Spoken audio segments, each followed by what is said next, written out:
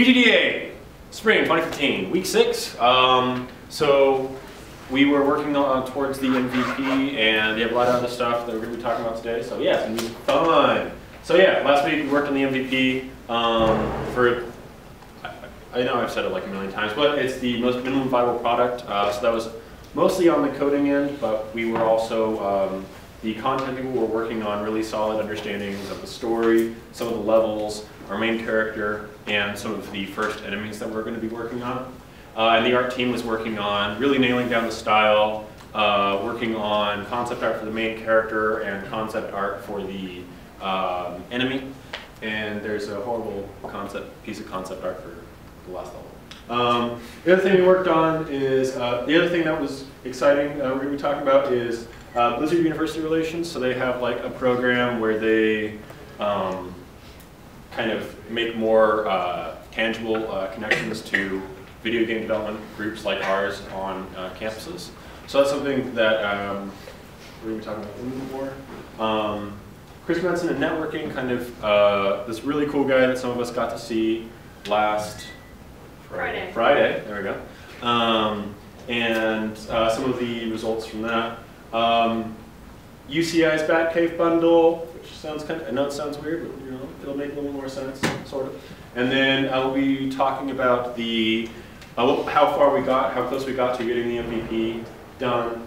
And also, the meeting's going to run a little bit differently today. We're still kind of working on figuring out the best system. So how it's going to go down today is it's going to be the general meeting, and then after the general meeting, we're going to work on our scrums. And then after that, the teams are going to get back, sit down, sit together, and the team leads are going to go over what they got done, what they're going to be working on. They're going to be going over what's called a product backlog.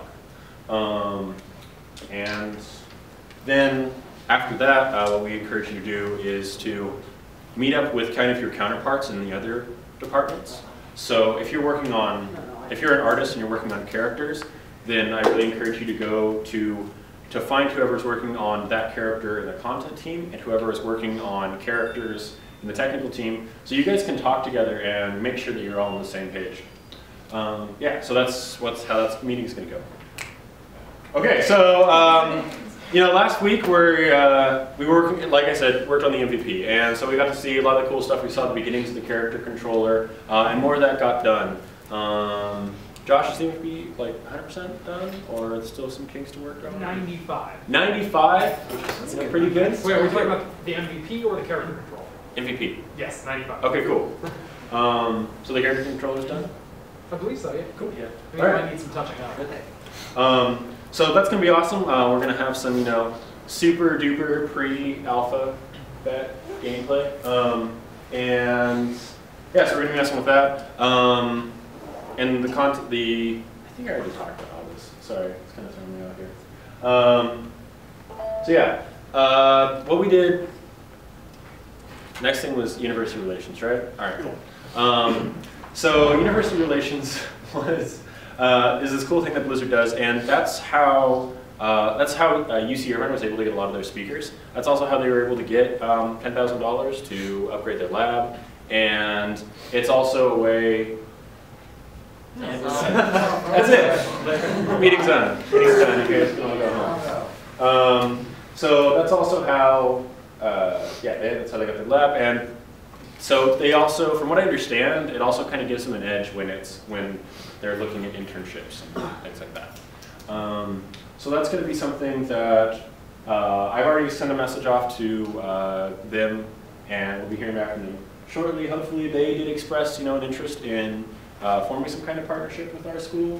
So that would be really cool if we can start getting that off the ground. So just wanted to give you a heads up that that's kind of in the works. Which person did you know? Was it the chick? It was just the general. The general. Cool. Yeah, we didn't meet. You know, we met a couple people from that department of Blizzard directly and talked to them, and that was really awesome. Let's see if it's just going to freeze again. Yeah, it's just not working. Okay, cool. All right, so the other thing that happened on Friday was we met Chris Manson. And for those of you who don't know who that is, Chris Manson is the guy who developed a lot of the story for small games like World of Warcraft. And he's really cool, and the way we were able to do that is, we went to UC Irvine's Video Game Development Week. And so this is just a call to anyone, if you hear about any kind of gaming events, game development events, post them up on our Facebook page, and I really encourage you to go to them because we went to this Game Developer Week several times. We met a lot of really interesting people in the industry, and so I was talking to a guy who made a game called Paperbound, and I'd just been doing some concept art for The Last Stand in my notebook while I was, taking notes. And I, walked up, and this guy was talking to another programmer, and they were talking about, oh, it's always so hard to find artists, and I was just like kind of taking notes, and he turned to me and was like, wow, that's really awesome. And I probably totally could have taken that into like asking him if he wanted to hire me. I didn't because I'm an idiot, but I have his email, and he knows my face, and he knows that I do art stuff, and so those are the kinds of connections that you can really take advantage of if you go to these events. So I really encourage you to try to go to those events whenever you can. And even if you can't, someone else in our club probably would be interested in going there. So just post it up on the Facebook group if you hear or see anything.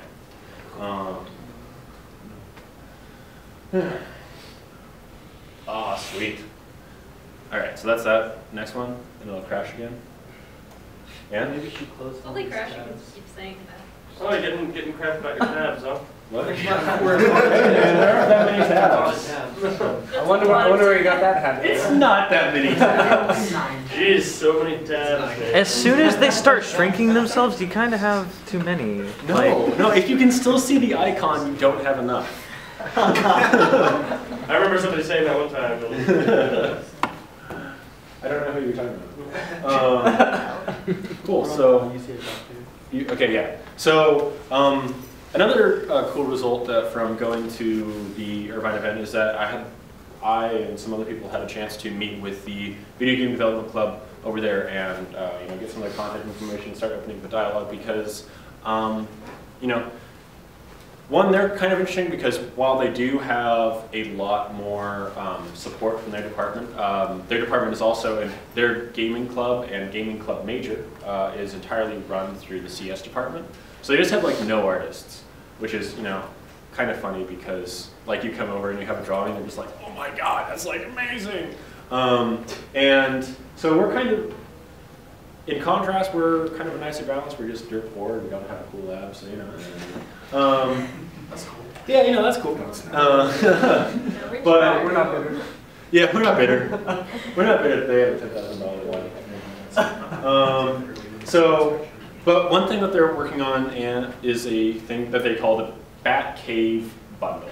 And the Bat Cave Bundle is just a game bundle. And the reason it's called a Bat Cave Bundle is because why not? That's just what they decided to call it for no particular reason at all. And it started off with a couple of guys, and then it became like some more people in their club. And now what they're trying to do is they're trying to kind of expand it, make it something that was more like across their school. But I decided, hey, why not? That's something that I know I'd be interested in participating in. And I don't know if anyone else wants to try to make a game in a week, but it's this cool thing where it's like these solo projects. So you have you on your own make a game in a week. And I know that sounds like kind of a daunting task considering what we've been taking on, and we've all seen how complicated games like Persephone and games like The Last Stand are.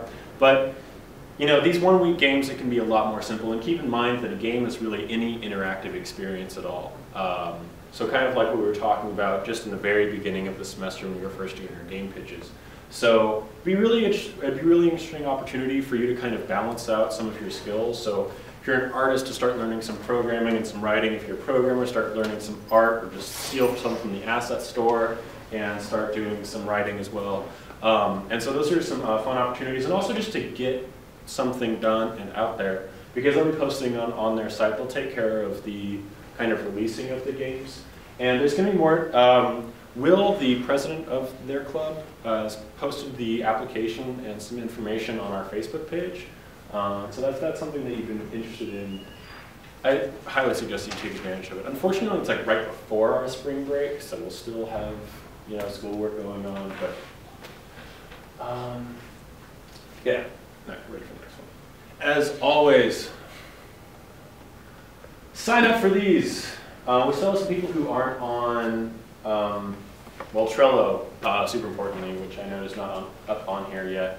But if you aren't signed up for Trello, email Voss at development.vgda@gmail.com. If you don't know how to get set up there, he will direct you to the right person. Yeah. Well, can we say by next week, if you're not signed up, you're not part of the team? Well, Can we do that, or? well, but like some people might come, because people do hear about the club in later weeks, so I don't think that we can. All right, but like it's super important. Like, Yeah, yeah, because it's really hard for us to make your work worthwhile if you're not staying in contact. So if you're working on stuff and you're doing some, oh yeah, our next meeting, I don't really know what we're going to be doing next meeting because we still aren't, I wasn't 100% sure how far we would be along with the game, so I kind of left that open to potentially wrap up any other last minute game stuff that we, any last minute MVP stuff that we need to do for next week. So I'll be updating this later on in the week. But yeah, for now, just vague stuff. Oh yeah, Josh wanted to say some stuff. Come on down, buddy, come on down. Woo, Josh, yeah.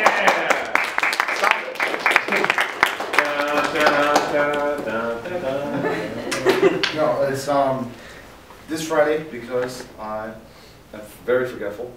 I could have used a different adjective to describe how stupid I am. But I forgot to announce last week that this Friday we're having a mixer bottom floor at USU just for us to relax and play games. Nothing serious. We don't have to think about game design. We don't have to worry about any of that stuff. It's just for us to gorge ourselves on pizza and play Smash and Halo, and that's pretty much. This Saturday? It's Friday. It's gonna be Friday. What time? Oh, and, we're actually still discussing that. What time are good for you guys? What time is good for you? What time? What time is it? After 3? After 10. After 10 a.m. or p.m. Okay, well, the USU is open from like, I think 11. I think 11 at the. I think they open at 11 at the latest, and then they close at like 7, Yeah. 6, something So like let's that. just say 11 to 7. Yeah. So yeah. I'll be there like 11. Yeah, me too. So That's when the I'm- party will start. Yeah, we do need people to volunteer equipment. I know I'll be bringing a monitor and an Xbox. I know Raiden's bringing a monitor. Are you bringing anything? Sure. Okay. But between the people I know, we only have Xbox, so we need someone to donate some stuff for Smash. We do perfect. I have Melee, so I could bring the Perfect. All right. So yeah. So we just need people to bring Adapters we can lose? For the record, he left it. He left it. What's up? I hear my name. It should be open until midnight. It's open till midnight. I don't think we're going that long. Semester hours are 7 Get a.m. snacks. We have until Smash until midnight. Yeah. Yes. And Nathan, it's all about Mario Party. it's all about Mario Party. Mario Party till midnight. Kill all of your friends. Hell yeah. Steal all of your friends' stars at the finish line. And one last thing, the pool should be open, so this is going to be like VGDA pool party going on. Now we are going to make sure that the pool is not reserved or anything though, so stay tuned for It's a tentative thing. Pool party, a big maybe. Bring your Also depending on waterproof weather. 3DS cases. Hell yeah. There's a meeting on Friday. Also depending on weather. 80 degrees. So, if it's raining. You know what? It's If it's raining, everyone in the pool. Everyone in, just remember bring your wetsuits. Yeah. No one wants to die of hypothermia. Clothing option. What? All right, cool. After I have a question. Yes. So, where exactly are we meeting? I know it's bottom floor, but like, is there? Yeah. Okay. So It's a there's hidden like so bookshelf or something. Yes. yeah. So it's Narnia. So the USU is great because you can only navigate it by landmarks. So there's The room behind the ping pong table. Okay. That's, Yeah, but Yeah. in context. Okay, it's across Okay. the game room. Okay. Across the game room, behind the TV, where everybody sits and watch Friends. That's a bad. It's okay. family, it's TBS. That's Yeah. Okay. So there's okay. So there are like two So there's an area where everyone, like, it's like a hallway where you're sitting down in chairs and everyone's watching TV. Yes. And then there's a room where everyone's in chairs, sitting down and watching TV that also has tables. And so it's next to the pool. How about that? It's the room next to the pool. It's just It's inside. the room next to the pool that doesn't have ping pong tables in it. And there's no door from the pool to the room. No, there is. There is? Yeah. Where? Anyway, yeah, it doesn't matter. You have to sign it or pay? No, nothing like that. You Just come. show up with your games Yeah. and some snacks, I think. Oh yeah, bring snacks. Yeah, bring snacks. and drinks. Yeah. This is super well organized. Yeah. Again, You guys super chill. No one knows we're doing this. Even Bring we friends. don't. What? Can we bring friends? Yes, of course you can bring Yeah. friends. If you want to subject them to us, then yeah, you can bring them. No, You might want to have them sign a waiver. too bad.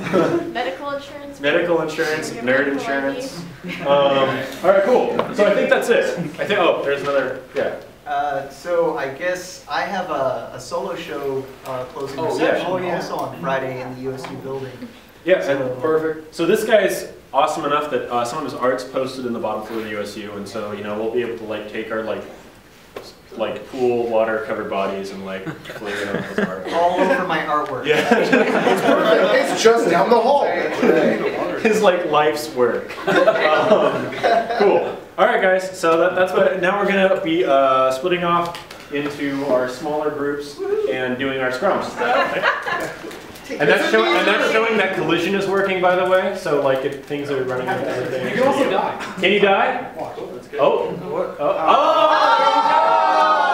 That's right, y'all. You can move, shoot, and die. Are these guys randomly spawning in different directions? No, they are not. Oh, in different directions? Yes. The characters be that big. Yeah, they're that big. You have to plan on projecting. And that check mark is the check mark is showing that it's spawning correctly and all that good stuff. So yeah, we have some official gameplay. Thank you very much, technical team. Actually, we'll wait until the updates until after everyone's done with this one. Well, we don't have a name, but we will put it out to everyone to suggest. Okay, yeah, I guess we can take a really quick recess to shout random. Just let everyone know that there is a Google Doc that they can suggest names. Yes, there's a Google Doc to which you can suggest names, and where do they find that? I posted on the VGDA Facebook page. Okay. When we- Sit down and shut up. I got that on camera. It's You good. did? It's good. Damn it. It's good. All right. Everyone knows. Okay. All right. Everyone knows your dictator name. I know. All right, y'all. Let's start with me. All right, y'all. So this presentation is going to happen now. So yeah. It's happening. Outside. So for our team, our task last week was doing more concepts for our hero and doing more concepts for the basic enemy. Along with that, we were working on the final logo and creating an in-game example for exactly that. And so I just have here concepts that people posted. We keep scrolling through. Yeah, we got a lot of different variety, and we're proud to say that some people that haven't done digital, they did step up and do some digital work for the concepts.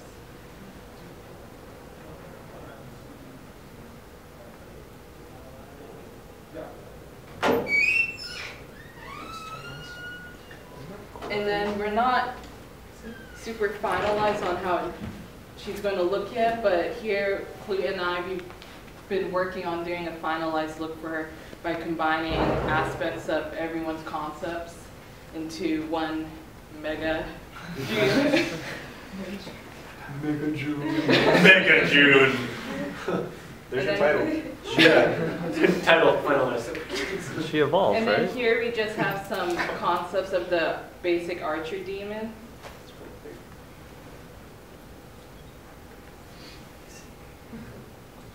Oh.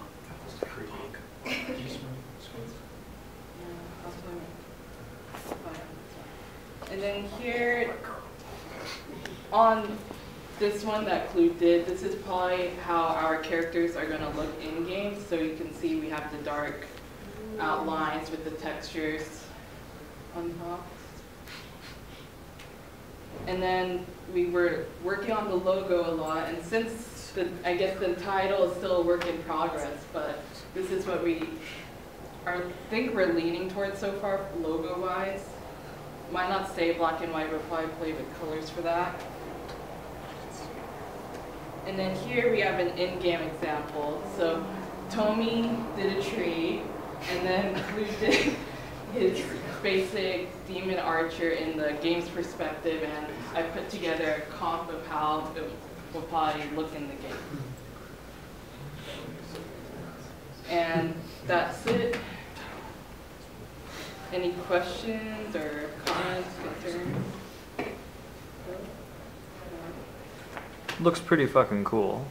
Good job, artist. And the logo looks very, very impressive. Okay, that's it then.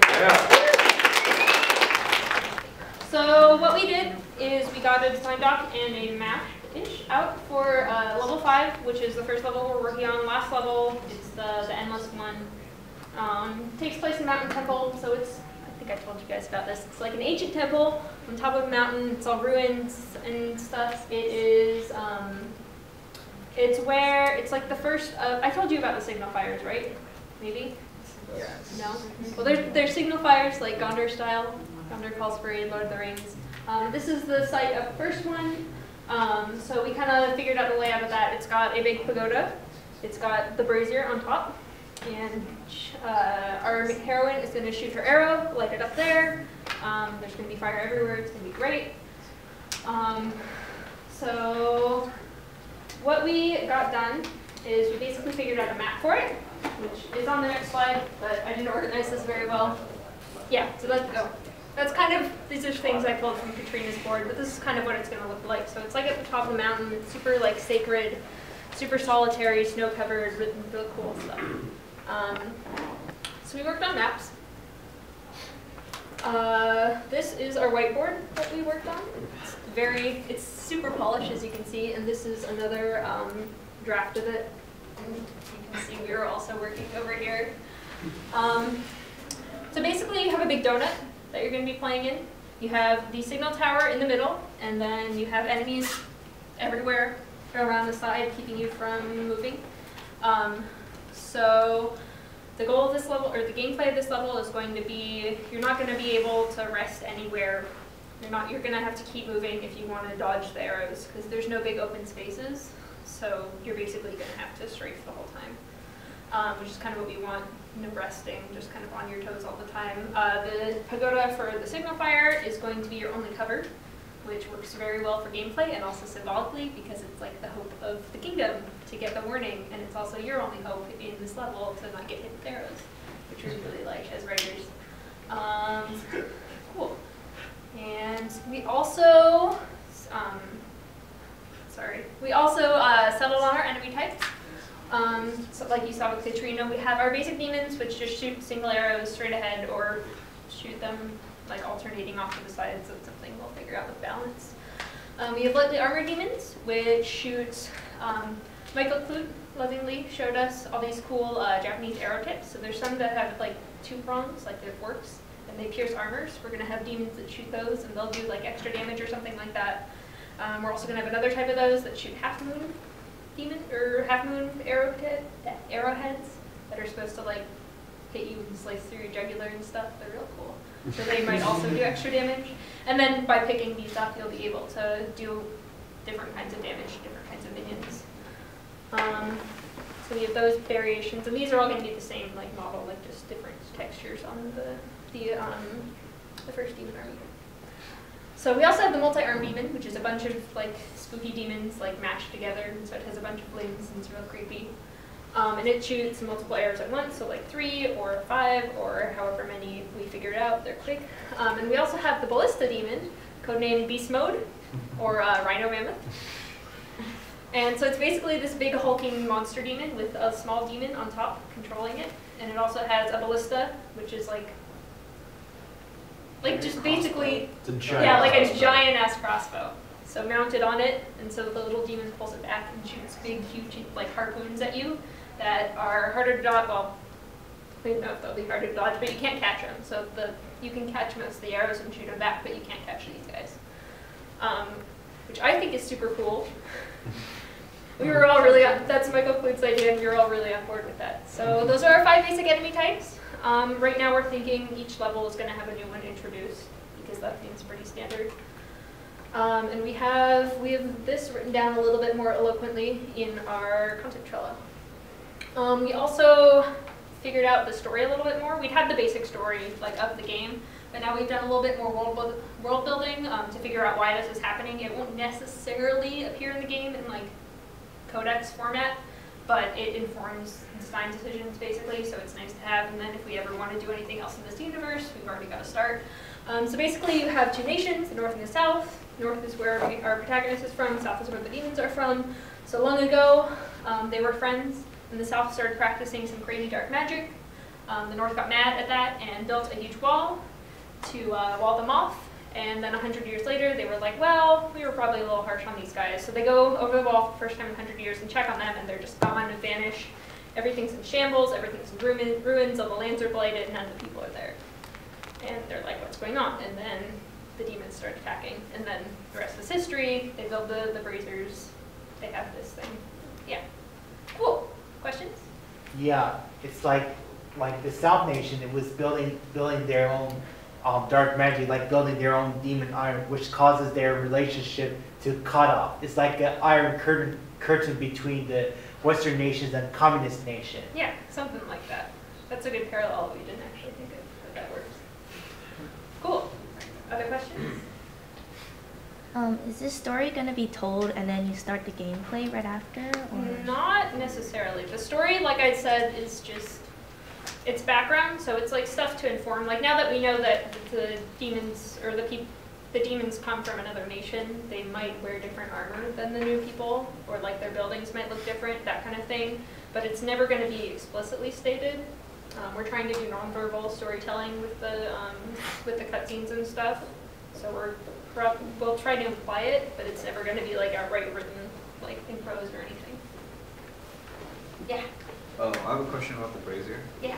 I feel like a central, and like I guess interference to projectiles from enemies that don't move might be advantageous instead of like difficult to navigate for the player, because it basically cuts off like trajectory for a lot of angles.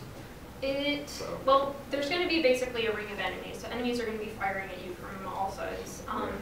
It blocks you from that half of the circle shooting you, but it also creates less distance. So like there's no open area that you can just circle around. You have to circle around this thing. So it also kind of makes a wall that you're pinned up against. But would that also mean that you would have to incorporate more cover in the early stages to make it seem as if that's a very important? Yeah, there's going to be cover throughout. Right. And that's something that Technical has planned on. That's something that we've planned on. Yeah. So like you were saying, like okay, so there's a big thing in the center blocking a bunch of arrows, and that's kind of like a big problem. Like I don't know if you decided if the enemies, like I don't think they're gonna be moving around, but I don't know if you decided if they're gonna like rotate or not. Because if they can angle, like they can kind of like get you off to the side, like it'll be. That's true, but I mean it's not like Wanted, where the projectiles can curve. It's like you can, I don't know. It's just a thing. It's neither a buff nor like a drawback. It's just another level feature that you have to work around. So it's not going to save your life. Obviously, the level's still going to be hard. If it wasn't there, it just adds more interest to the level. And I guess it really depends on the size of the razor and in relation to the size of the level as well. Yeah, and like you said, we're definitely having rotating enemies. We'll figure out balance with that once we have the MVP. And we'll figure out like where they rotate, that kind of thing. They're not going to be aiming at you, but like one shoots there, and then shoots there, and then shoots there, then that creates randomness that is harder to dodge around. And sorry, just to be clear, so the dialogue that was happening between Israel, one of our programmers, and Jimmy, our lead animator. So I think there was a little bit of confusion going on. So we're talking about stationary enemies that still shoot straight, but they just rotate on their axis. Right. Someone said something about like a curved shot or something, or like a curve. It seemed to be someone thought that a curved trajectory was happening, and I don't think that's part of the design yet. Okay. Sorry, just one. Any more questions? No? Tori? completely opposed to the idea of like maybe like one enemy type that aims at you just to kind of like spike up the difficulty at some point? We're not opposed to that. We weren't planning on that not being able to happen, but we're totally down. So if you guys can program it, we can put it into the game. Like, sky's the limit for us. You guys are the ones that have to build it. So yeah,